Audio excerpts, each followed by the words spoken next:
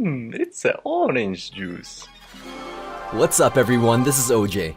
I would have made a video about this deck earlier, but I only discovered it today, and I've won 6 grand challenges in a row as soon as I started using the deck. The Miner, Log, and Rocket are your main guaranteed damage dealers. They can be used to consistently chip away at the tower. Occasionally the Ram, Knight, and Executioner do make it to the tower, so that's a nice bonus. The Log can be used to disable a Ram if you absolutely don't have anything else. Then plant a Knight or Miner to tank the Barbarians. It's best to use the Tombstone reactively in case they have a surprise Ram. Planting it proactively can result in a Ram bypass in the opposite lane. Skeleton Army here is the main damage dealer for taking out Royal Giants, P.E.K.K.A.s, Golems, and Giants. But you absolutely need to distract the Executioner that is likely behind this tank. You can use a Knight to take the Executioner head on or your own Executioner. Sometimes a Miner works too since you can choose which angle to engage. The Knight is extremely reliable for this challenge meta, especially since it can distract the Executioner, Bowler, and Electro Wizard.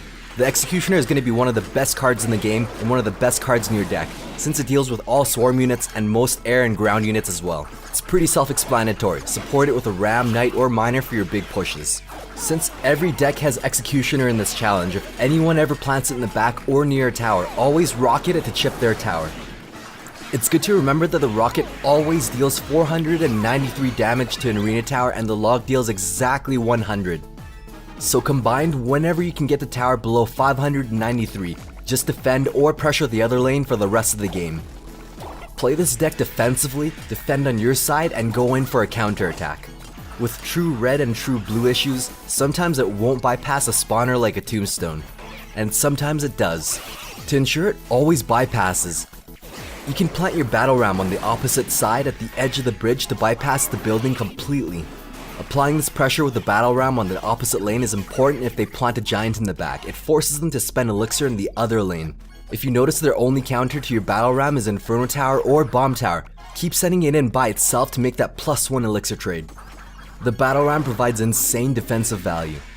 The Ram itself can tank 2 P.E.K.K.A. shots, and the 2 Barbarians that spawn can each tank 2 more P.E.K.K.A. shots. If you need to defend against an Executioner and Electro Wizard combo, it acts as a huge wooden shield to absorb 700 damage, then spawns Barbarians right on top of them. It took me 3 days to realize this, but the Battle Ram is an insanely good defensive card. The Ram has over 700 health, while the Barbarians that spawn have 636 health. This means that as long as your tower is below 600 hit points, the Battle Ram will act as lightning rods. This is incredibly important to know, considering that most games right now are using a giant lightning deck. If their Tombstone is in rotation, it's almost never a good idea to play the Battle Ram offensively, unless you know that they're going to use Skeleton Army and you have a prediction they'll log. This deck is all about defending and making positive trades on your side before anything else. As long as you keep making these good trades, it's totally fine to send in a Rocket to take out an Electro Wizard as long as it clips the tower. Sometimes, if they have a really big push, with lots of splash units behind their tank, your only option is to Rocket the Executioner before you can plant a Skeleton Army to take out the Giant. Huge shout out to Jeff for posting the deck on Reddit, and I'm sorry to anyone that has to face this terrible deck. Jeff is in Final Boss's clan. Check out his video in the description if you want to learn more about the same deck. With all of that out of the way, the rest of the video will be 12 win chest openings if you only came here for the strategy. Thanks for watching. Stay tuned for more Rushed OJ.